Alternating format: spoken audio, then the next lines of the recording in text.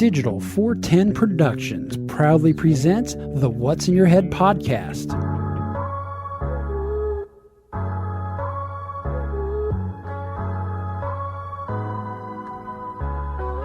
Digitized live from your company name here. Studios in Cape Coral, Florida. It's the What's in Your Head podcast. We're going to band together and sell feet pics online. Oh, you and Lindsay are? Well, as long as we get a 50% cut. I thought she was talking about us. When I said clearly she hasn't seen my fucking athlete foot riddled ass. Don said, I thought she was talking about us. Yeah. I've been going to the gym for 12 years. I got a bad case athlete's foot I can never get rid of. Oh, man. I got did pregnant you just shit feet. Yourself? Bye. As they say in the clink, Love I you, got goodbye. pregnant feet. Go away. God. It's what they call a lover's quarrel. Do you quarrel, sir? Do you do you thumb your nose at me? Do you bite your thumb at me, sir? Go away. That was actually pretty good. That was long before Bye. the young kids in there. Ooh, Hamilton with the rap. No, the late 90s remake of Romeo and Juliet with, getting rid of the swords and having the guns but doing the modern twist, but with the old English dialogue was fucking genius. Yeah, I thought it was pretty cool. Oh, Clara Danes. I liked it. What was it, 1997? 6? I don't know. think. Let's find out. Oh, Clara Danes. How I love thee. That's when it Let came me out. count the ways. Did you guys ever do Shakespeare? In school? Yeah. Not a performance, but we read. We had to read it in class. In my ghetto ass school, the one that no longer exists, I just recently found out, the one that was on the Air Force base I always talk about. One of the things the entire fifth grade did, it was like every year. So like when you're second grade, first grade, fourth grade, you couldn't fucking wait. Like, ooh, they had this crazy old fucking hippie chick come in, and the entire fifth grade did Shakespeare. Granted, they weren't, it was the fifth grade medley equivalent of Shakespeare plays, right? The scene comes down and you do 5 lines of Romeo and Juliet and it goes up, and then here comes 8 lines of Hamlet. It was basically a montage, and I was in there. I had my cute little William Shakespeare-esque outfit on. I think I had 2 lines, but the play that always sticks in my mind. Once again, it's fifth grade. I'm 46 years old now. I don't even know what play it was from, but once again, they're just little snippets of these plays.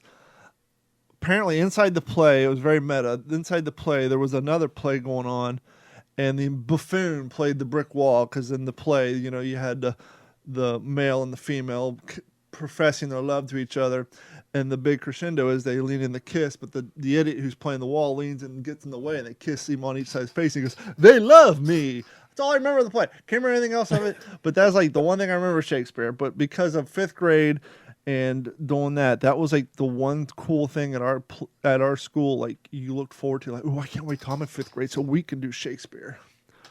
But yeah, that was my only time doing any school production.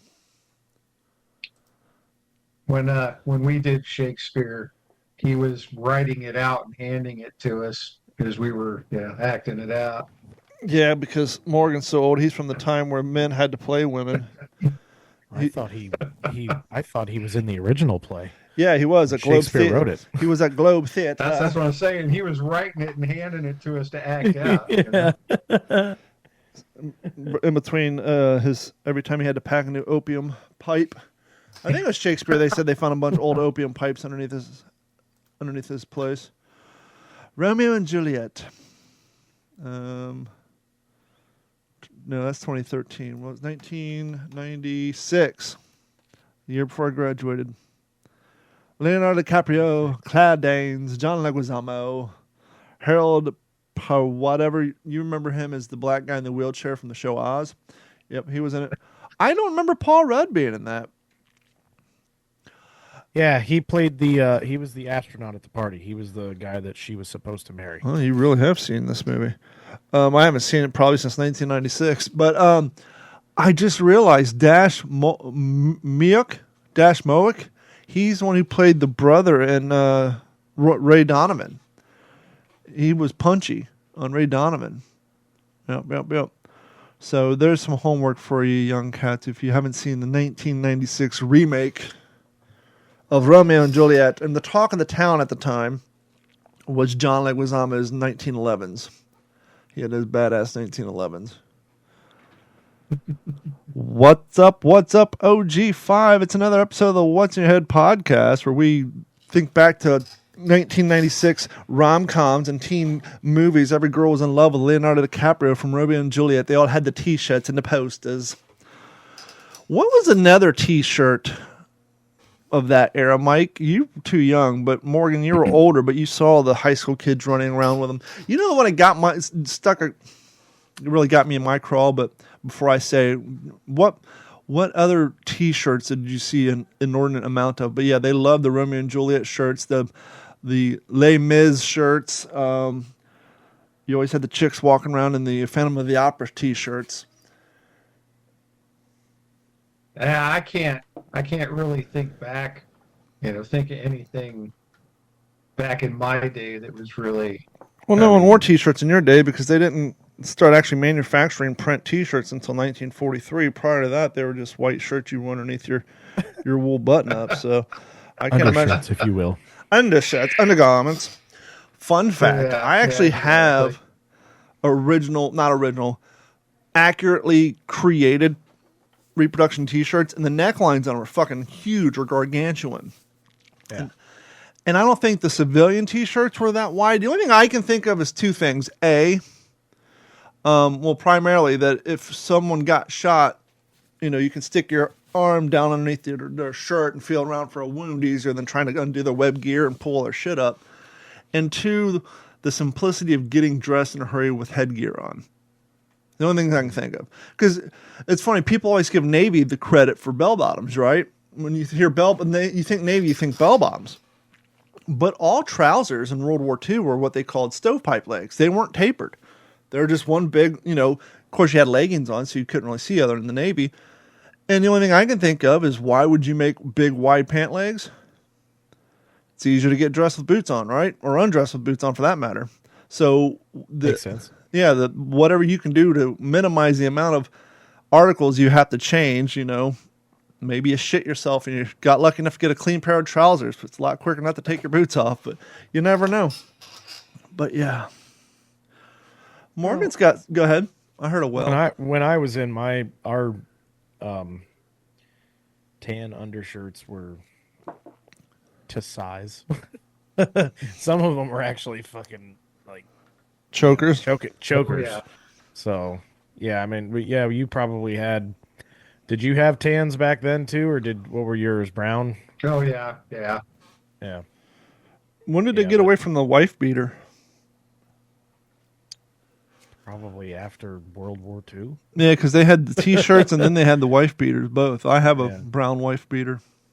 Yeah, I don't. I don't know. We didn't have them. I don't think that was issued during NOM because then I think they had green T-shirts. Yeah, underneath their GI uniforms. Well, it took them a while. It took them to like 1943 to figure out, especially for Marines, a bright white undershirt underneath a green sage HBT jacket, probably not the best thing for camouflage. Have these white triangles until they got all dirty and sweaty. But you're fresh off the landing craft, you got these white upside down triangles just hopping through the green forest. Like, there's an easy place to settle on.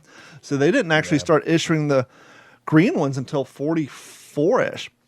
So, but some of the enterprising guys were smart, right? As they're on their landing craft, they would go down to the mess and get the old coffee. And they'd bring up big old pots of coffee, and they would dye their white shirts brown so that, you don't have this big, bright, white, upside-down triangle with your gloss being open. And you bring that up, and, when you're in some kind of, stealthy environment where, you need to lay low or you need to, blend in or be as quiet as possible. My uniforms had fucking Velcro on them. Yeah. Well, so anytime you got caught on something, all you would hear was, and you grab your PC or whatever out of your pocket because you used to fold it in half, put it in your pocket, or your beret, or whatever. If you were garrison or whatever the case. Anytime you open your freaking pocket, it was And it was like they couldn't figure out to, put buttons back on the fucking pockets, like the breast pockets, Velcro, the upper arm pockets, Velcro, the pockets on the trousers were Velcro. Everything was fucking Velcro. So that made zero sense to any of us when we were going through it. Like why they got rid of the buttons. And you think, okay, well, it's easier to undo that, but what if you're in a situation where you need something out of your pocket and you also have to be as stealthy as possible? Well, do you remember the Well, 2002? the advantage that I can see is during training, at least, it's a lot easier to make an argument that your pocket wasn't undone with Velcro than it was. I mean, there wasn't any getting away with, shit, I forgot to button my pocket. Yeah. I suppose. I mean, Well, do you guys remember the 2004 classic Garden State, the Zach Braff film that had Natalie Portman and Peter Sarsgaard in it? never saw it. Honestly. So I never saw it, but I know it. Zach Braff's character meets this kind of goofy girl, Natalie Portman, and then one night they go to a party. Well, it's Zach Braff's friend. Zach Braff's friend's a multi-billionaire, but he has no friends other than the three guys he knows from high school. So, like, when they're at his house smoking, they're literally like driving golf carts to his house. It's so big. But that was the joke in the movie. He got his billions of dollars because he invented silent Velcro that the military bought for their uniforms. Okay. So that was the joke in the movie. He figured out how to make silent Velcro. Well, and I'm sure the Army would have figured out a way to adopt that at one point or another, but if that was possible. Yeah. But it would have taken, because interesting, now they do their PT test actually does not really consist of running, push-ups, and sit-ups anymore. It's now like this fully integrated PT routine. And when I was in AIT, we were some of the test subjects for that. For the So PT belt? We were the PT test. And we were actually out there setting some of the standards. They were getting the averages and stuff like that from us as we were training and stuff like that. So prior to the new black and gold PT uniform, we had the old gray and black PT uniform, and they were changing over that system. And I've heard mixed reviews about stuff like that. Like the way that they changed it. Like, people thought it was so much easier to just do push-ups, sit-ups, and do a run and stay in shape. So, it just, and that took, because again, I was training in 2011 in AIT, and it didn't take full effect for like another decade that they actually started implementing it and changing the uniform and all that stuff. So everything takes forever, and when it comes to the military, when it comes to the government. This episode is brought to you by our friends over at Fume. Fume cartridges are crafted from medical-grade polyester designed for use with essential oils. Fume, a non-vape, non-nicotine, non-tobacco device, works by replacing the hand-to-mouth fixation, calming nervous tension through fidgeting, and distracts you from the bad habits with delicious flavors. Psychologists have shown stopping a bad habit cold turkey is very hard for your brain. The Fume handheld device has a built-in fidget, also has a weight similar to most vape pens. If you're interested in replacing old bad habits with new good habits, head on over to tryfume.com/D410M and get yourself a free pack of toppers with your purchase. The toppers is a perfect new accessory designed with your comfort in mind. Slip it onto the mouthpiece for a softer, warmer feel. So replace those old habits with a new habit, a good habit. Simply go to tryfume.com/D410M. That's tryfume.com/D410M. Not that I meant to turn us into a World War II thing, but you guys interested in the procedures of what you had to complete in the World War II fitness test compared to what you guys had to do? Curious. Sure. So did you guys, pull-ups are unanimous, right? You guys had to do a certain amount of pull-ups as well? No. Not a requirement, but it was part of our PT routine. At least mine it was. Test 1 pull-ups. This event requires a horizontal bar that may be a pipe or a gymnasium horizontal bar or other rigid horizontal support which is not over 1.5 inches in diameter. The bar should be high enough to permit the performer to hang at full length without touching, yada, yada, yada. I'm trying to see how many they had to do. But yeah, so pull-ups, squat jumps. There's some old school technology right there. Squatting on the right heel with fingers laced to the top of the head, palms down. So not even just a squat. You had to do it like this, like you're like getting ready to get arrested. Spring upward until both knees are straight and both feet clear the ground. Jump just enough to permit strengthening of the knees without touching the ground. Do not jump any higher than necessary. So you had to do pull-ups, squat jumps, push-ups, which makes sense. And now, were you guys still doing sit-ups or did you do crunches? Because the crunches were supposed to be better for the back. Sit-ups were by the 90s where people were saying, sit-ups were bad for the lower back. I was doing sit-ups, but I think they converted to a version of crunches in the new system. I don't know what Morgan was doing back then, though. We did push-ups, sit-ups, and a 2-mile run. So yeah, that was pretty much the implemented PT structure for probably the last 40 years. 300-yard run. About a decade ago. So yeah, they had to do a 300-yard run. And then,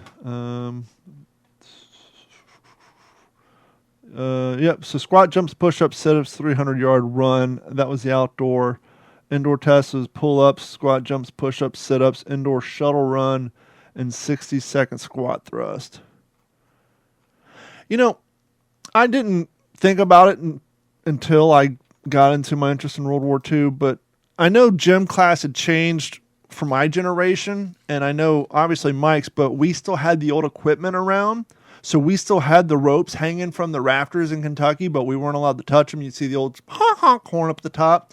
And then I remember when I moved to Grove City, they still had the old cargo net dangling from the rafters. It was pinned up. You couldn't get to it. And then the pegboards. And I realized, when I was 30, oh, they used to train high school boys and obstacles required for onboarding and offboarding military equipment post-World War II. I mean, cargo nets, ropes, all that stuff was basically pre-boot camp shit to get young dudes and get them conditioned for in case we ever went off to another war. Essentially. Yeah. I mean, in my era, I think, that changed some. I mean, obviously the nets and the ropes and all that was kind of gone, but I mean, they had, the basic weight rooms and stuff like that. I mean, they had a basic, you had to run a mile and whatnot, but I mean, we had recruiters in high school all the time, and I didn't end up getting recruited from high school. I went to them. So, but as a class, we were offered to take the ASVAB once we reached a certain age. And if you wanted to go, you had to go down to the local armory, take the ASVAB, the pre-ASVAB, and see what you score. And that would determine whether or not you were eligible to get into the military, and then your eligibility for the type of job that you wanted to do. And of course, back then they were offering all kinds of wonderful sign-on bonuses and everything like that. And oh yeah, you're going to get an extra $25,000 if you score this high on the ASVAB. And yeah, go fuck yourself. Were you guys still required? We were in Ohio in the 90s, fucking square dancing in gym class. What the hell do we have to learn how to square dance for? No. Morgan's nodding his head. Did you guys have to do the square dancing in school? Oh, yeah. Yeah. I never understood I don't why. understand how that was a dictated dance. It wasn't hey, show up Saturday. No, it was Wednesday at fucking gym class. The girls' class is going to come over.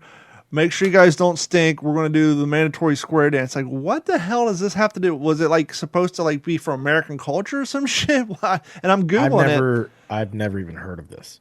Yeah, it was a thing. I'm trying to Google why square dancing was a requirement in schools. The only, I'm trying to think of the requirements. The high school that I went to in North Carolina, vastly different experience than any of the high schools I would have went to here Sure. prior to moving. Very different culturally, very different as far as how they discipline their students. Yeah. That was honestly the first, like, I knew about like corporal punishment and stuff like that, like Right back here. in my dad's era. But, and even maybe in your guys' era, you know, especially if you lived in a rural, you know, place. Yeah, my like age Kentucky group. or something like that. But I went up there and did not expect to be told that, oh yeah, if you fuck up, You get you're going to go swats. down to the principal's office and you're going to get a paddle on your ass. And I went, what? I got It's swatted. like, are you fucking serious? First grade, Kentucky. So let's see, I was born in 78. So let's go 83-ish was kindergarten. So about 85 maybe, I guess, would have been first, 84, 85 would have been my first grade. It's hard for me to remember because my parents got divorced when I was in first grade. So I got held back. I did first grade twice. And so sometimes it's hard to remember. But yeah, I actually got something happened, went down in the office, got the swat from the principal, and then you go home, and you know what else happened? You got fucking spanked again. Fucking 4 Yeah. hours later when you went home.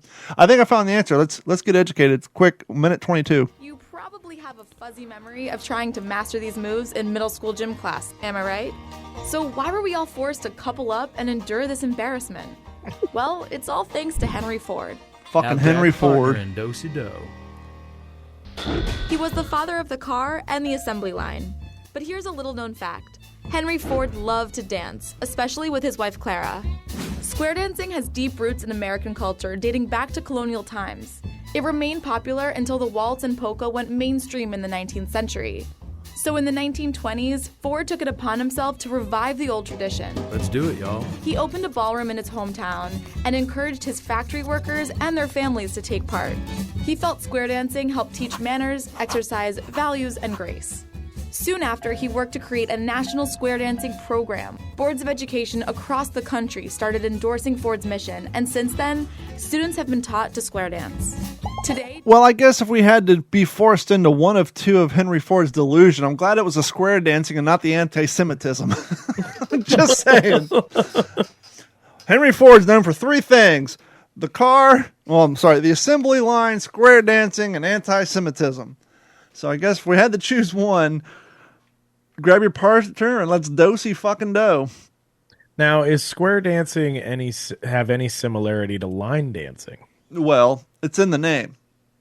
Line Right. dancing, you do in a line, and then Right. more people.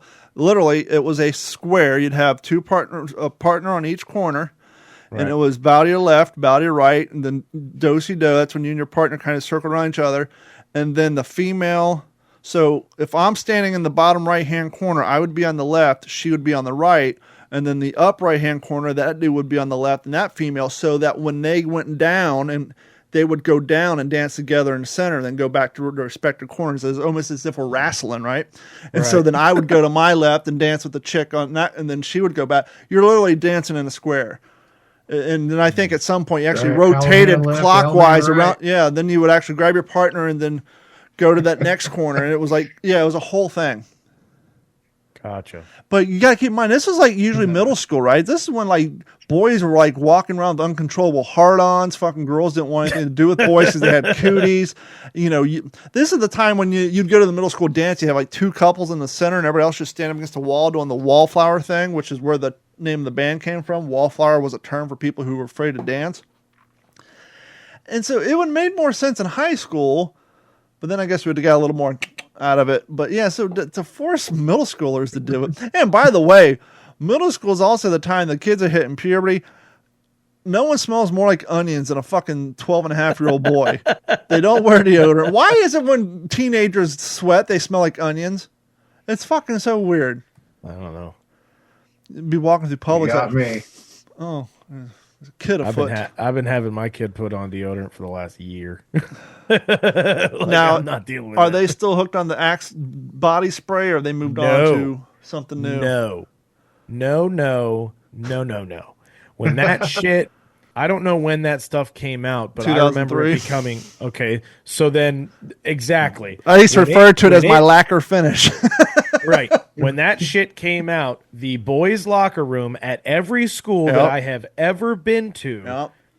smelled like fucking BO onions and Axe body spray, like overly done. I was out of Overly school by the done. time Axe came out. But yeah, let's find out. Axe body spray. Early 2000s had the very sexual provocative commercials. I mean, it at least became popular at that time. I mean, maybe it came out in, the late 90s or something, but maybe nobody really knew about it. I don't know. But everybody had a fucking can, and they didn't have deodorant yet. They just had body spray. Okay, so it originally came out in France, introduced in 1983, but I don't think it made its Doesn't way over to surprise the me. United States until the mid 2000s. The pungent legacy of the Axe body spray. And it was Axe Blue. Everybody had Axe fucking blue. Nobody had red. Nobody had green. Somebody would have the yellow one every now and again, or the amber one, which was way out in left field. But everybody had blue, and it was overly done. And I was a part of that for a very small portion of my youth. We're talking like a month. I had like one can. I sprayed the shit out of it, and then I got tired of that fucking smell really quick, and I was like, I'm done with this One shit. thing I'd rather just put on regular deodorant. I used it quite a bit, but it came out when I was in my 20s, and so at that point I was already Sure. two pack day smoker, so it came a long way to help cover up that smell. But yeah, No, I won't even buy that shit for him. I'm not fucking playing that game. well, So. and back in my day, it was just cologne. Dudes wore Nautica, Nautica Sport, I think it was, and then CK1 was the thing. So our teachers I couldn't afford that shit, so it was just Speed Stick for me. But all the all the preppy deodorant. No, before body spray, it was just dudes who wore cologne, so they'd get Nautica Sport yeah. or Dad wore original Old Spice. Original, back in the white fucking bottle with the little gray tab on top. Original Old Spice. Okay, it's almost that time of Original season. aftershave. Yeah, Christmas is coming aftershave. up. And so one of the worst thing for a 13-year-old boy in the 80s and 90s when you would go to the extended family Christmas, right? The aunts, the uncles, the second cousin, the people who don't know you from fucking Steve, like the people who got me a Nittany Lions fucking sweatshirt in my middle school. One, I live in Ohio too. I don't give a fuck about college sports. But anyhow, the hard rub about being a young poor boy before Axe body spray, somebody would inevitably, and this happened to me 3 years in a row, would get you the Brute shower kit, the Brute flavored soap on a rope, the Brute Classic. After spray, and then the Brute Classic with the green bottle and the little chain. Every year, somebody in that house, and it was me, my brother, and my stepbrother. So we had a lot of Brute going on in the house in the 90s. That's a classic right there. It was classic and it was cheap. And then, Yeah. so it was, hey, shit, we got the extended family coming over. Let's go down to Walgreens and get the boys something. Here we go. The Brute bath set. Here you go. Hey, and you were really crazy when you knew that your mom's hippie friend was coming over and she was smelling like straight up patchouli. Gordon used to wear that shit in high school. Gordon will probably be ashamed that he wore fucking patchouli oil because he would go down to OSU campus. He graduated in 93. And because we were skateboarders, we were always on the edge of subculture, right?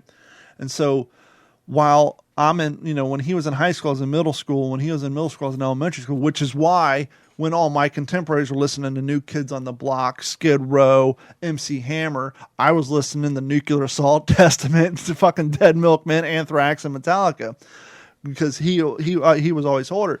But yeah, so after he graduated high school, he went through his Grateful Dead stage. Birkenstocks, the fucking tie-dye T-shirts. He seems like the type. The patchouli oil. Everything's got to be natural and about Patchouli's you. hippie dirt smelled so bad. That's basically everybody I went to school with in Oregon. Yeah. You were like in the pinnacle. They probably invented. Oh, yeah. They were probably in the middle of invented. In the 80s. patchouli in Oregon at some fucking witch commune. I was gonna say they were probably drinking that shit. You guys are issued Well- Birkenstocks with your fucking driver's license. So Unless you're real So I cool, mean then you had to the tell you- Tevas or Tivas.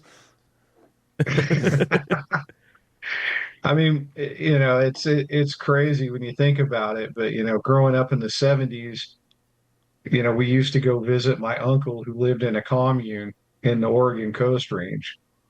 So all these guys did all day was, smoke dope and blow glass. It was nuts. Mom, when I grow up, I want to be a glass blower. Why do you want to make statues or beautiful art? No, I want to make pipes and dildos. That's like the two things all glass blowers end up making. Yeah. Yeah. This is Pyrex. You have two options. You can make dildos or pipes. This is where you're going to start. That is probably the biggest Use. Those are the biggest items, I guess, that glass blowers make today. Mm-hmm. Absolutely. Is glass pipes and fucking dildos. No, you know Like, what I they're think not probably making, surpassed the dildo would probably be the high-end butt plugs. I think those would probably surpass the Yeah. dildo. Yeah. I had they're not making no fucking high end china or anything like that anymore. It's like real nice decorative art pieces. And if they are, there's a fucking stem on the side of it. You can smoke out of it. this is regional, and I want to apologize, but for Mike and Morgan, if you drive down McGregor and go behind the Florida Institute of the Arts in the field, you'll see a little steel lion, a little cub, and then an elephant and a baby elephant. Yeah. Those used to sit on the lanai of a client of mine back when I had my computer firm. They were huge in the art. And inside, when you walk into their huge-ass house back in the gated community, I think they lived in the landings, you would look up and they had this big, I don't know the guy's name, it was all blown glass. And this guy's a famous Italian artist. When they bought it, it was all assembled. They had his different art pieces throughout their whole house. And they, as people do down here, they retired. They went to Shell Point, sold all their shit. That stuff went to the art place. A museum came, sent people down to take their big ceiling thing. When I was at the hospital in Florence for my mom's triple bypass, in their lobby, they had that same Italian artist's piece there. But to Mike's point, there's only one or two artists that blow that piece, unless you watch the great show on Netflix, Blown Away. Check it out. They're not making any dildos and pipes there, but I think I have heard references of one of the artists talking about that. When you start, like at the local glass blown factory where you pay to go there and use our kiln, that's basically, I think they said basically pipes, dildos, and like glass roses are pretty much the thing that every glass blower starts out making. So was it Chihuly? Chihuly. Oh, could be. Yeah, was that the Probably. Yeah, most likely. that's like the big Yeah. glass artist guy. Yeah, it looked like a chandelier, but it was made up of individual Yeah. like glass spermies almost, and all these different shapes, and they Yeah. would organize them. And the thing stood, like their house was so big that this thing stood probably 4 feet tall, and it was still 10 feet off the floor. I mean, it obviously was huge. I think that documentary that you're talking about, I think I watched it like years ago. What, Blown Did it come out Away? a while ago. No, it's a game. It's a game show called Blown Away. It's a reality show where people go and they do. It's like they'll have like 15 glass blowers in this huge place. It's really cool. It's on Netflix, and they'll get. It's like Forged in Fire. It's just like except Forged for in Fire instead of knives, and it's- chefs. Yeah, they would have to make these glass art installations, and it's very cool to see them do this shit. It's very cool. It's called Blown Away. Check it out. It's on Netflix. Carrie and I've seen like that was like the things we got into during 2020, right? During the pandemic. No one was producing shit. Everybody was just putting all these different intellectual properties up. And so we were watching Is It Cake? We were watching Blown Away. We were watching Repair Shopper. So I started watching all these shits on Netflix. But Blown Away is definitely a good one.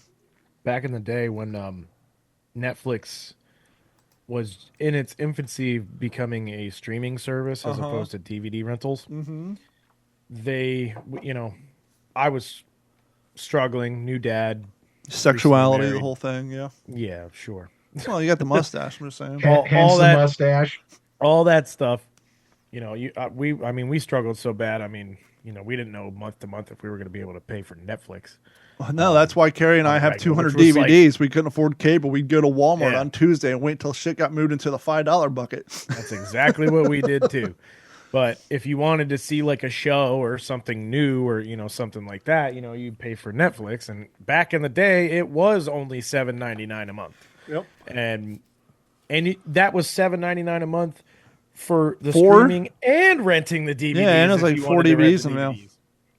But there was this one documentary on there about glass blowing and the art of it, but also the culture of like smoking weed and all that, like going back into the 70s and whatnot, like how it was illegal to blow glass into those kinds of pipes and stuff like that back then. Well, we joke around about it that kids nowadays, they don't have to deal with the culture of going to some shady ass dude's house on the bad side of town to get a fucking dime bag at 2:00 in the morning on a Saturday, and then hope you don't get pulled over on the way home and have your entire life run your car impounded and tickets and fees and arrested and all that shit.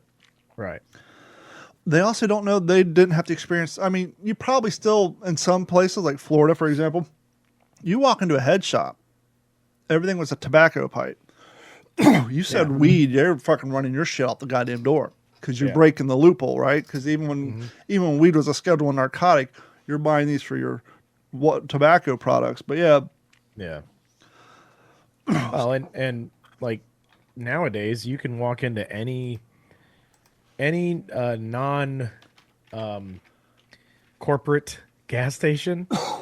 And it's it's all glass pipes. It's all glass pipes. It's and they're so it's cheap. rolling papers. It's so cheap. It's like fucking $2. That shit used to be an investment. Like, dude, do I want to spend $45 on something you're going to break when you're hiding it from your dad?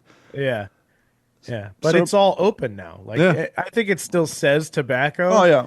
But I mean, they've got weed leaves all over the place. They're selling hats that have weed leaves on them, and they say weed across the front of them. No, There's no denying what the fuck this shit is here for. So we were joking about how glass blowing is the first steps are making dildos and pipes. Is it not surprising? You know what they call the kiln? The big flaming bucket you put the stick in and you blow. You know what that's called?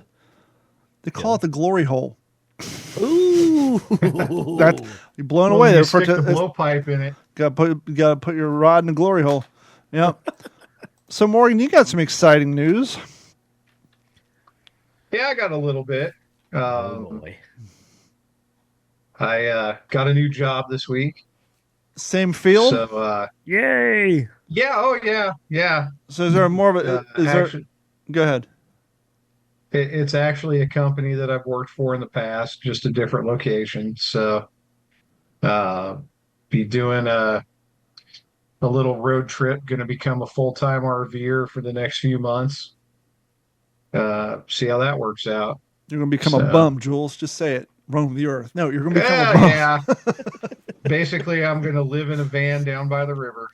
Now Embrace your full dead. you live in you work in the propane and propane accessory business. No, you work in the compressed gas business of different flavors and Yeah. flammability levels. Morgan. But I was wondering if in Alabama, perhaps that industry has more of a heavier use because there's probably a lot of old houses in that still have the 100-pound fucking gas tank in the back of their yard on their 10 acres of property out in the, you know what I mean? Is there? I think he said he was going to Mississippi, not Oh, Alabama. Mississippi, Alabama. It's all the same. It's all the same. So Tell that to somebody from where I'm gonna Alabama. be is basically where Mississippi, Alabama, and Florida all come together. So I'll be Tri-state there area. for a while. I'm sure the phrase Yeah. tri-state area will be thrown around a bit. Oh yeah. So basically, a lot of industry where I'm going, a lot of shipyards, a lot of refineries, gas and oil are pretty big. So it's going to be it's going to be a change from what Florida, especially Fort Myers area, because everything here is, hospitality and what supports the hospitality. So there's not a lot of manufacturing here. Yeah. So That's going makes to be propane and propane accessories. God damn it. God damn it. Now, the reason I'm bringing this up is I think, for full disclosure, Mike and we might owe the fishing community a huge apology. Uh-oh. You were saying that the price of a fishing license in Mississippi, Alabama, Florida, tri-state area where you're moving to. Now, I'm assuming because you don't have a permanent address, this is non-residential rate? Yeah, non-resident rate. Looks like it's $68. That's the price of a new rod. Now, It is. the reason Mike and I may owe the fishing community apologies, we go on these diatribes about what kind of loser can't get a $14 a year fishing license. Well, I guess perhaps if it came down to getting a brand new Cast King rod or getting a piece of paper, are they really going to find me down at the local watering hole? I mean, that's a bit of a rub, man. That's almost real money. If you're fishing on private property, you don't need a license.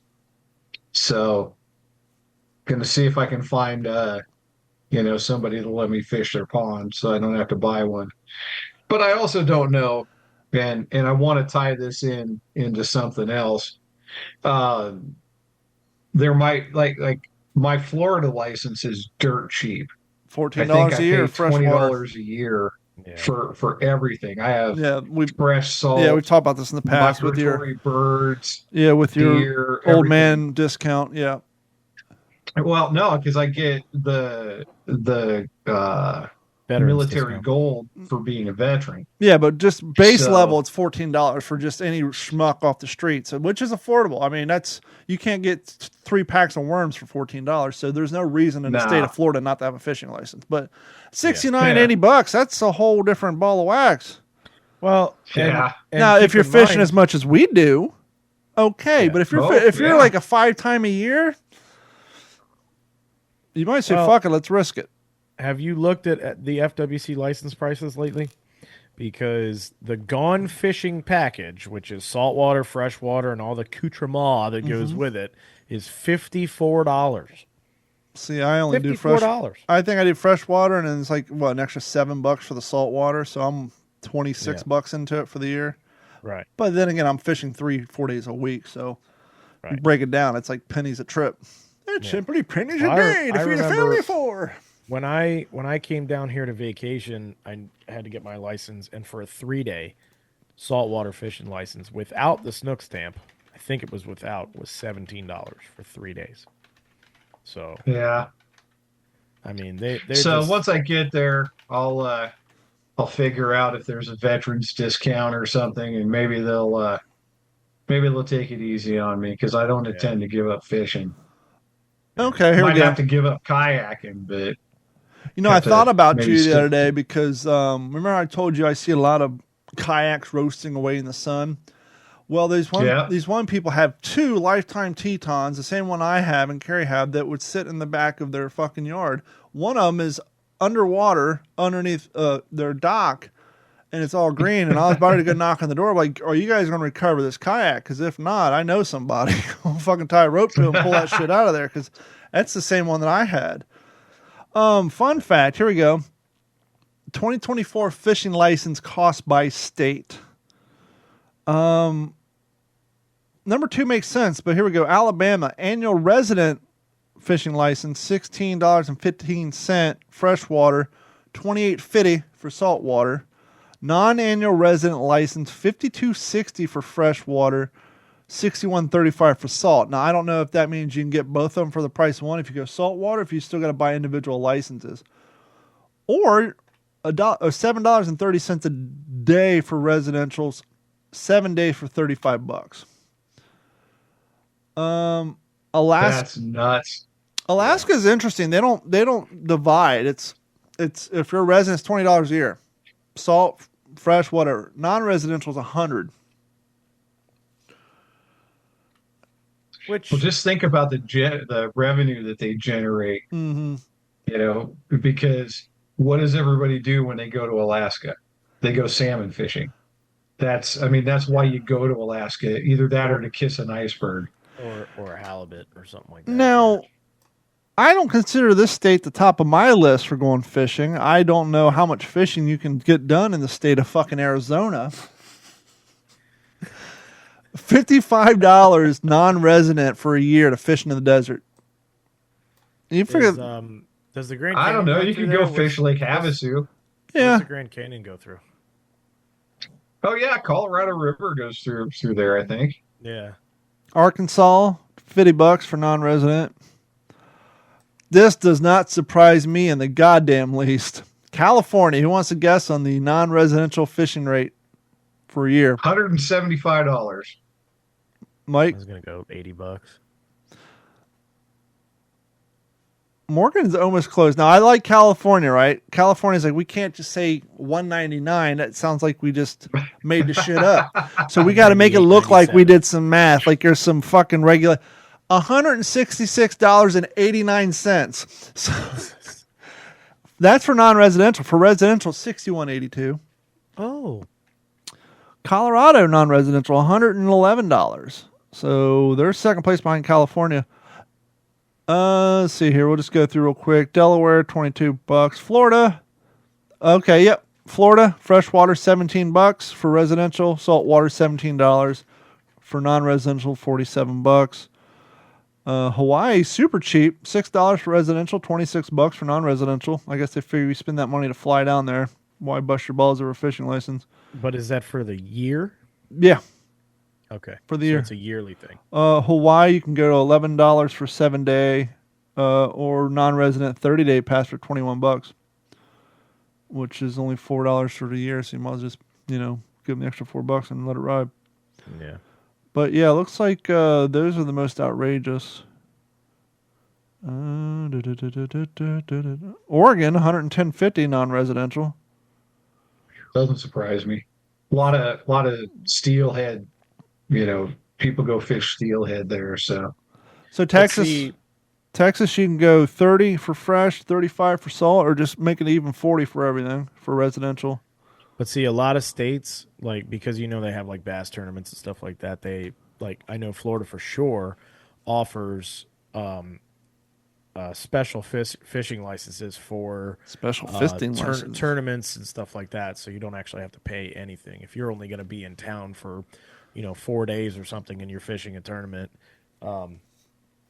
that's under a certain category that you can apply for, as long as you have the right credentials for it. So anybody that does tournament fishing or anything like that, they're not always paying for a fishing license at every state. That would be probably a fifth of what they're paying if they were going to every single one of these states and paying for these fucking fishing licenses. Could you imagine winning the ones that are over $100? Could you imagine winning the Bassmaster tournament in California? How much money would go from your fucking prize money to taxes? For real. They hate with state, city, local. Get you coming and going. yeah, for sure. No, thank you. So, for a minute, like to recognize we had Veterans Day the other day. Yes, sir. So, Mike, thanks for your service. Same back to you, buddy. So, I've got a ton of veteran friends. So, I'm not even going to try to begin to give everybody shout outs, but Yeah. I do have two family members that served. My uncle Richard served in Vietnam. He not 100% sure what he did because when he came home he never talked about it. Yeah. And of course I was young. I was like 7, 8 years old when he decided that he was going to go see the world. And so I haven't talked to him, 40 plus years. Yeah. Don't know if he's still around or what, but yeah, my blood still, wanted to recognize. And then my father-in-law, was he served during Vietnam. Didn't see any combat, but he actually served in the same National Guard unit that I did. Nice. Just a bunch of years apart. But yeah, so shout out to my Uncle Richard wherever you might be, and in memory of John Ostergren, captain in the Second Battalion, 218th Field Artillery in Portland, Oregon. Yeah, I'll throw that out as well. My best friend and friend of the show, Ron, served in Afghanistan. We served during the same time period. We did not serve. He was in the 82nd, same- correct? Or Yes. 101st? I think he was 82nd. 82nd, Yeah, because I think the 101st would still hadn't been brought back yet. Yeah. But yeah, he served. I don't remember how long he was there for. I do know that he did definitely see combat. So thanking him for his service. And some uncles and an aunt that served, and as well as a buddy of mine that's still serving today. That's on. I think he's done 3 tours so far in Afghanistan. I don't know if he's going to be doing any more, but I think he's in it for the long haul. I think he's going to try and retire out. He joined in the same year that I did in 2009. Wow. And he's still going strong. So, and then a memorial to a friend of mine, Sergeant Tremel Lockwood, friend of mine that actually committed suicide, like I think 6 months or a year after I got out. Good guy, a smile that could light up a room, like that. I mean, just instantly would make you feel better.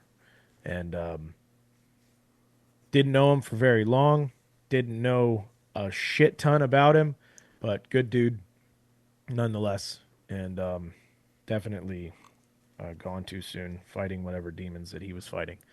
But yeah, definitely throwing out the My thanks niece for- is currently in the Air Force, and my nephew is currently in the Army. thanks for So I got those 2 things. more. I got the 2 most important ones. I wanted to save them for last. Okay, Both of my sons there you go. served Army. My oldest, 2nd Battalion Rangers. Not sure exactly how many times he went to Iraq and Afghanistan, but I know he's been there a bunch. And my youngest son, he was attached to a maintenance unit. Apparently, they got on the do not deploy list before he got in, so he spent all of his time stateside. But like we've talked about in the past, where you served and how you served is not as important as that you served. Mm-hmm. So shout out to all of them. Absolutely.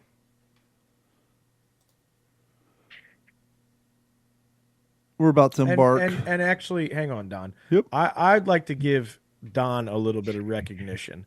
Don's not a veteran by the government's application of the word, but he definitely keeps our guys alive, and our the people that we learned from, doing the World War II reenacting and things like that. So he definitely keeps it in the forefront for sure, and doing the reenacting. So, thanks to him as well for doing what he does on a regular basis. Absolutely. Yeah, that's fucking awesome. Well, I So- appreciate that, but I intentionally go out of my way when Veterans Day, Memorial Day, anything, Armed Services Day, anytime any of those days rolls around, you will not see me posting a picture of me, any World War II event. I go out of my way not to do anything with the uniform. But it's interesting. I think we talked about this before. There are a lot of guys who did serve who do World War II reenacting because A, they love military history, obviously, but B, Yeah. obviously it's not comparable, but compared to civilian life, it's the closest thing they can get back for a weekend of being back with the boys. Because, you know, after the event's home, you're sitting around and sleeping in tents, got the uniforms on, you're busting people's balls, you're bullshitting. And so, and speaking of airborne, I won't say his name, but one of the guys I reenact with, he does German. He was also 82nd Airborne in the 80s and 90s. The impact his body went through being an airborne, I don't know about combat, anything like that, but the heavy loads over like the last 5 years, like his walk has gotten progressively worse. This year, when I was at the event 2 weekends ago, like he's almost unable to walk unassisted now. Like just his body's, and he's only maybe 15 years older than me. His body's just breaking down from the abuse that he took from just, you know, being in the airborne and going through all that. Yeah. It's so hard to watch. So my one of my drill sergeants was a ranger, and those guys are so hardcore that when you finish ranger school, the last thing you do is a jump, and then it's like a, you know, I don't know, 15, 20 mile ruck. Yeah. And he when he landed, he broke both his legs. Oh, jeez. And still ruck. And they're like, "Oh, okay, you're done." And he's like, "Yeah, fuck that." Yep. So he, you know, they weren't compound fractures when he started, but by the end of this 15-mile ruck, he had actually finished breaking his legs, sticking out of the skin, but he finished because he's like, crawling I didn't go across through the all finish this. line. Yeah, he goes, "I didn't go through all this to not finish." Yeah. And I mean, that's like how hardcore, insane, badass you got to be to do some of this stuff. VA looked at him and said, "That's 10%." Yeah, that's interesting too. That's not service connected, right? My first sergeant, before I went to basic training, because I went into a ready reserve where you would do like a lot of your pre-basic stuff and handle it then, so that you were a little bit more prepared, as opposed to like, you know, you sign up, you go to MEPS, and you're right off to basic training, and you know jack shit. So yeah, our first sergeant in that unit, he was trained as an airborne ranger, and he went through and did. I mean, he was you want to talk about fucking American badass right there. That he was a bad motherfucker, and he competed in the Ranger games, and I think in the entire country he placed like 6th or 7th. Wow. Out of everybody that went through insane. the games. So I mean, he was. I mean, even that. I don't care if you place in the top 10. Yeah. You know, the top 20. Even if you just go, like you're just David a Goggins bad look like a motherfucker. bitch. Like, like really. I mean, but he placed, you know, within the top 10. So I mean, he was a bad fucking dude. And well, that's the kind of guy that you lower your voice when you talk to him. Yeah. I mean, yeah. And not intentionally. Your bravado just sleeps out your butthole, and you just slowly lower your voice. Exactly. He was a cool dude though too. He was, you know, I mean, you had respect for him obviously because he's the first sergeant of the company, but I mean, he was just like, you know, he was there to train. He wasn't there to be Mr. Puffed Out Chest. I'm a fucking airborne ranger. I'm Mr. Cool. I've done all this shit. I mean, he was just a cool dude. I got to ride with him in his personal truck and shit, and we talk and whatnot. It was a pretty cool experience. Now, Mike, you probably won't be able to relate to this because, you know, you served in time where they had modern military vehicles, but Morgan might be able to understand this. Well, wait a minute, because my modern military vehicles were from his era. So yeah, but his modern military vehicles were from 1943 because you know they hadn't rolled out all the upgraded shit yet. But you know, he comes from the world of drum brakes. Yeah. So 2 weeks ago, I'm at this event, and the museum point A is at one in the train track, and the museum point B is at the other, and actually point C. And so we have to get our guys from point A, some of them go to point B, and the rest of us go to point C. Yeah. But we try to do this with what military vehicles we have available to us, so that's less modern day cars possibly being seen. And besides, you don't want a bunch of assholes and fucking with knives and entrenching tools and heavy pokey things on their belt sitting on your leather seats or climbing the back of your truck, because that's how your clear coat on your brand new painted Tundra gets scratched. Ask me how I know. And so we have the Bouvet brothers who are from Naples. They got their weapons carrier all loaded up. And then there's this Jeep driver. God bless his heart. He's there. He's like 79 and a half. And I'm like, well, we got to get that. How many people can you fit in your Jeep besides you? He said 3, 1 in the passenger seat and 2 in the back. Well, we had 3 in the back, me being a third one. And he had like, so I'm sitting on the back of his seat, but I'm using his spare tire as a sissy bar, like on a motorcycle. And then I'm just holding on to his fucking 30 cal as just a handle. We're driving down the road through a parish, the main 2-lane thoroughfare. Speed limit's 55. He's got this thing gunned at 35, right? I'm sitting up on top of the fucking back seat, which means my head's above the windshield. I'm holding on his 30 cal, and the whole thing's shaking like we're fucking coming in the re-entry. But he's like 79. His eyesight's not what it once was, and his fucking reflex is not what it once was. And we got drum brakes. And in my mind, I'm thinking, this is how I'm going to fucking die. Because every once in a while, the road would dip and the Jeep would sway. I'm sitting up on top of the seat. My helmet's not on. I'm like, I'm going to fucking die. He's going to fucking take this thing off the road. I'm going to fly out of this fucking Jeep and land on my head. This is how I'm going to go out, dying in a World War II Jeep, wearing full World War II uniform, driving down to do a fucking silly train event. Like, and because I know the history, I'm like, you know how many fucking soldiers died after World War II waiting to go home in fucking Jeep accidents? And here I am riding fucking people right behind us trying to honk at us, and he just keeps swerving. I'm thinking drum brakes, fucking old bias ply tires, 80-year-old driver. I'm like, oh, this is how it ends. And it's just like, it was like these, and I've ridden in deuce and a half, fucking weapons carriers, tanks, but I think primarily it was the age of the driver that really got me. I was like, oh God, like this is it for me. I'm flying out of this fucking Jeep and I'm going to land on my head. In my unit, we actually had 2 deuce and a halves still in service that were assigned to our fueler, who was actually my buddy that's still in, that's probably going to retire out. He was the only fueler in our unit. And that's, I think it's a 92 Fox, and their nickname is Fireball. And he was in charge of the 2 deuce and a halves that were in the very back of the lot that were old, decrepit, and falling apart. And he's like, yep, here's my trucks. I was actually a mechanic. Yeah. And our unit, everything we had, well, I can't say that. The majority of what we had was the Kaiser, deuce and a halves. Yeah. We had a couple of AM General 5 tons, which were, relatively new in the scheme of things. Yeah. And we had just gotten rid of all of our Jeeps and replaced them with Humvees.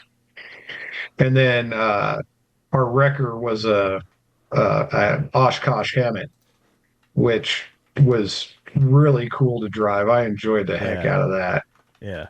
But yeah, all of our stuff was, or the majority of it, like our guns were World War II surplus. Our trucks were Vietnam. And about the time I got out, we had just transitioned to where we had gotten the Vietnam era guns that we could tow with the Humvees. So we got rid of all the deuce and a half shortly after I got out. That's interesting too.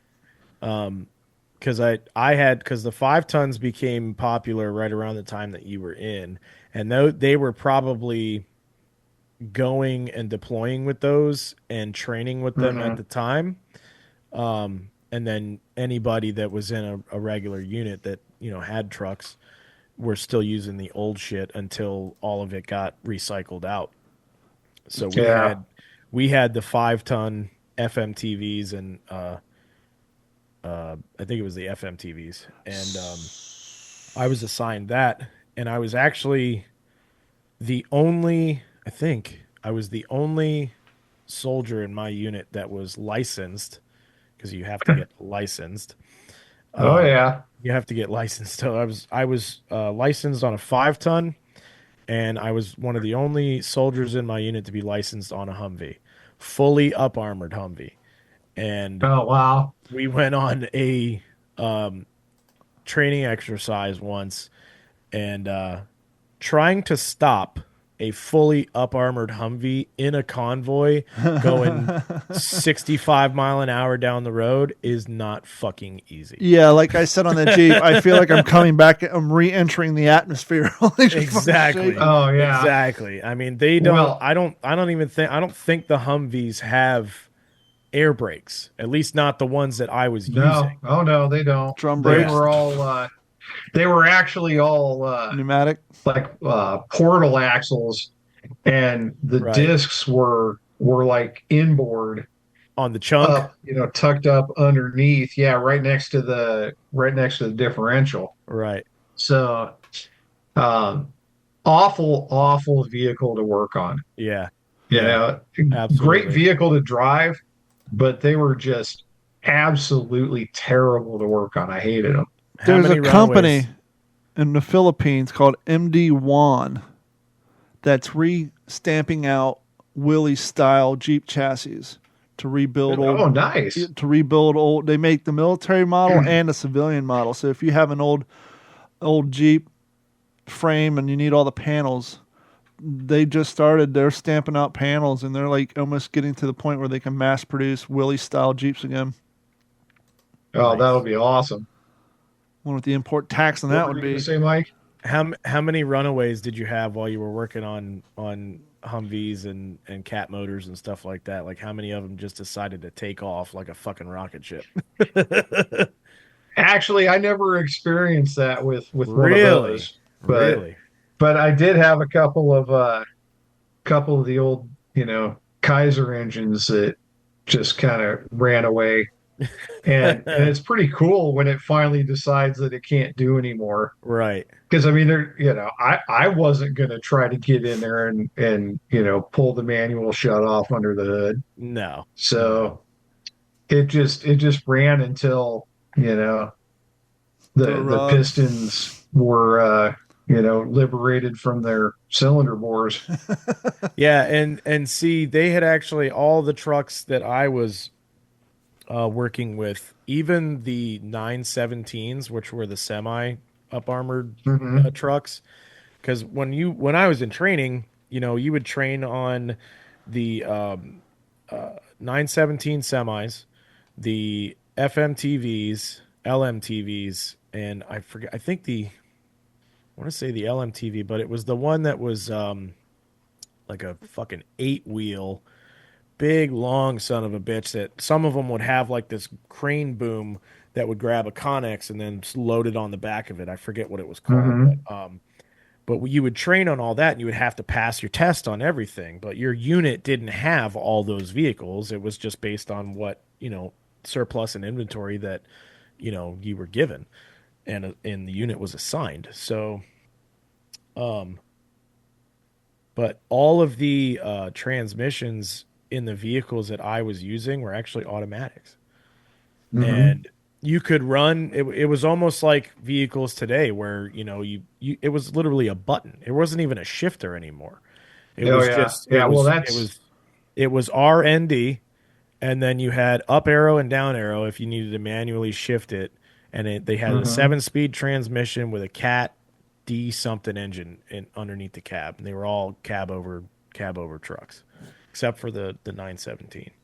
But Yeah. So my first maintenance vehicle was a 75 Dodge 1-ton with a 440 4-barrel under it. nice. The thing was awesome. It had 727 automatic with the HUD on the back of it for Yeah. us to store all our tools in. Sure. For And the I love purpose of taking that time, thing not to to the cut field. you off, but we're already 108 minutes into this. For the purpose of time, So if- hold on before yeah, we wrap. I got one thing. well, I have a So, thing too before we wrap, but yeah, go ahead. But back to what you were talking about, Mike, with your buddy who lost his battle with the demons. Yeah. We've got a really, really bad problem with veteran suicide. Yeah. 22 veterans a day lose their battle with the demons. So 988 is a suicide Hotline. Suicide crisis hotline. Please, please, please, from one vet to another, if you're having problems, reach out to somebody. Reach out to us. Reach out to 988, the VA, somebody. Anybody. Because we've all been through a lot, and we've been trained to compartmentalize. But that's not always the right way. Yeah. So, if you need help, reach out for it. Absolutely. There's no shame. So, absolutely. So if you guys aren't doing anything on Tuesday, you want to come over and help me take down my fence?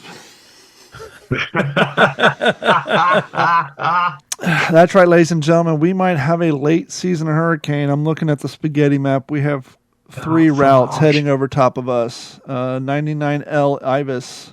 Right now it's still a depression, but this thing's two of the routes have it basically coming right over us. So we might get a Cat 3 hurricane by Wednesday, just to throw that out there. Supposed to be Tropical Storm 19. No, it's 99L Invest is what they're calling it. It's that's going to be Sarah. Yeah, it's going to be Sarah.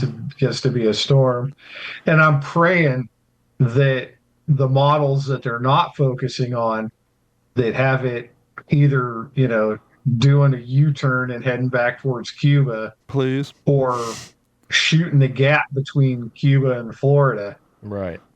Because the Big Bend can't handle another one. We really, none of us in here in Florida can really handle another storm. I'm so over it. I'm so over it. And like we were saying 2-3 weeks ago, even if we don't have the storm line on top of you, just the financial impact of preparing for a storm that you hope doesn't come here is just. It's and I'm supposed to be leaving next week, so that's going to be really interesting. Yeah, then you're going to have the guilt of your wife being here while you're out of town. You're going to be kind of like how I was for Milton. I'm up there like, okay, do I stay up here and watch it from afar and feel guilty because everybody's back there? But yours is different. You have a job to get to. But yeah, it's just like fucking. I thought we were done for the year. If you need my help, let me know. I'm getting pretty proficient at it now. It only took us an hour and a half to take it down last time. Yeah, took me a little longer to put it up, but. But after you do it enough times, you get to be really good at it. Yeah, really. That's why we've had way too much practice with this shit this year. Yeah. Well, the last couple of years, that's why my wife and I are like, I'm like, I don't want to live near the coast. Yeah. Wind damage I can deal with. It's the fucking surge. And I don't know what it is, but it's just getting worse and worse and worse and worse. And the further closer to the coast you are, the worse it gets. So. Well, I'll tell you what got us this last time was the tornadoes. Yeah, that was scary, and that was not a pleasant thing to go through. Exactly. So. Yeah, and what the people in North Carolina, what they're dealing with. I mean, could you imagine if this did a Helene, took the same path, and obviously, the storm surge and all that's like a once-in-a-lifetime type thing to come from a hurricane. But, I mean, even still, high winds right now would not be good for them. I lived in Western North Carolina, man. They can't handle that kind of stuff. They cannot handle torrential downpours like that. And, my wife's grandmother was in Asheville when the storm was coming through. And luckily, she was in a part of Asheville that didn't have those, big mudslides and rivers overflowing and stuff like that. The biggest issue that she wasn't on top of the lithium mines? No. Right. But she Funny how that works.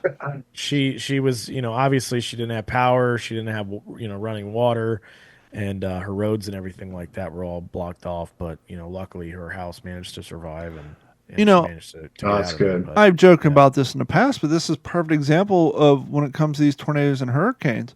When I lived in California, I got in an argument with the secretary at my job, who was a proud Californian, when I told her that California had nicer ghettos than Ohio and Kentucky did.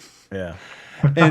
And she could understand, like, no, I'm not talking about like threat and people shoot. I'm talking about the physical houses. No, these houses your houses are made out of stucco and block. You live in the desert. They're falling apart. But when you're poor in the Midwest and you got to live through winters and you're living in houses that some of them are built in the 1800s that are termite made out of wood with wood, fucking slats, old newspaper, termites.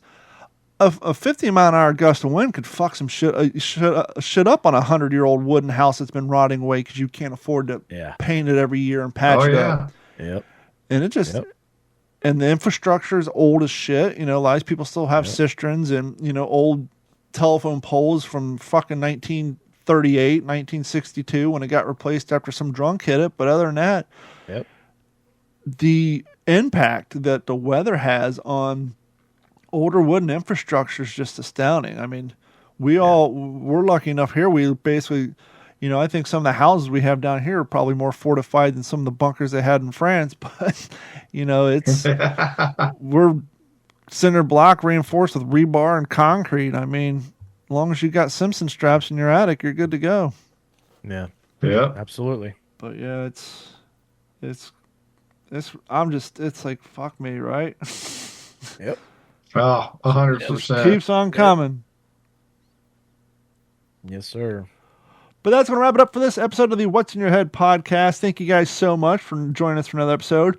Big news on the social media front. Mike has recently launched and took it upon himself to run the new What's in Your Head Discord channel. I believe I posted a link on our Facebook page that said join in on the chat. So if you have Discord, just go ahead and find the server and join, and if you don't, just go ahead and download it and go through the fun. There's nothing more fun than fucking creating a new social media page account, right?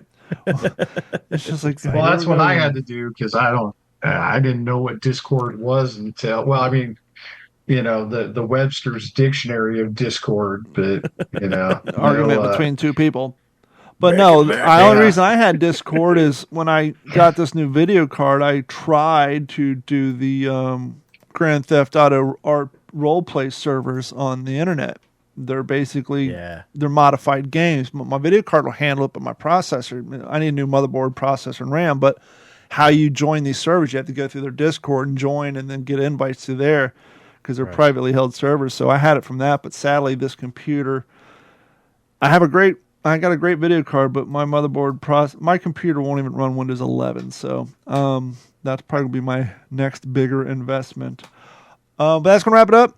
So find their Discord, head over to what'sinyourhead.com, and you can find all the links to our social media. For myself, Mike, and Morgan, who knows, Morgan's next episode may be from his van down by the river with his $80 a year fishing license. That remains to be seen. But for myself, Mike, and Morgan, we will talk to you all next week. This has been a Digital 410 production.